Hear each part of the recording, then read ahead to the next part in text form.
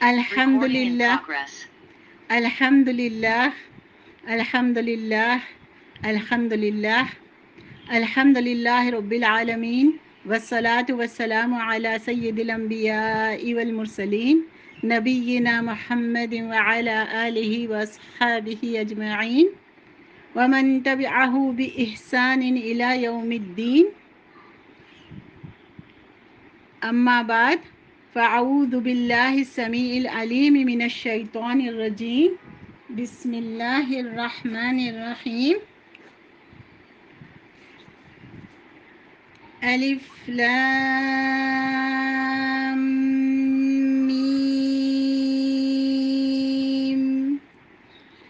ذلك الكتاب لا ريب فيه هدى للمتقين الذين يؤمنون بالغيب ويقيمون الصلاة ومما رزقناهم ينفقون والذين يؤمنون بما أنزل إليك وما أنزل من قبلك وبالآخرة هم يوقنون أولئك على هدى من ربهم وأولئك هم المفلحون.